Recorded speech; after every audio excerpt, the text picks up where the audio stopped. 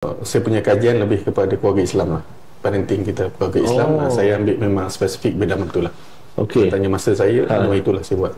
Tapi Ustaz ada juga buat kajian-kajian, modul. Ada Ustaz, sikit lah. Saya banyak juga ada yang saya buat lebih tentang psikospiritual Islam dalam mengenai masalah sosial.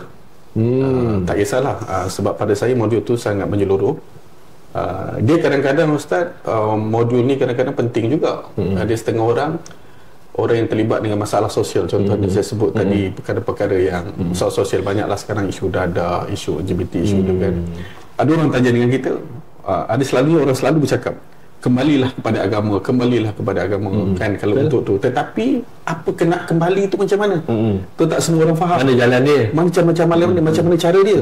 Itu dalam modul tu bagusnya kita ajar dia satu. Okey, kau nak berubah, kau kena buat macam ni kan. Itu yang agama ajar kita.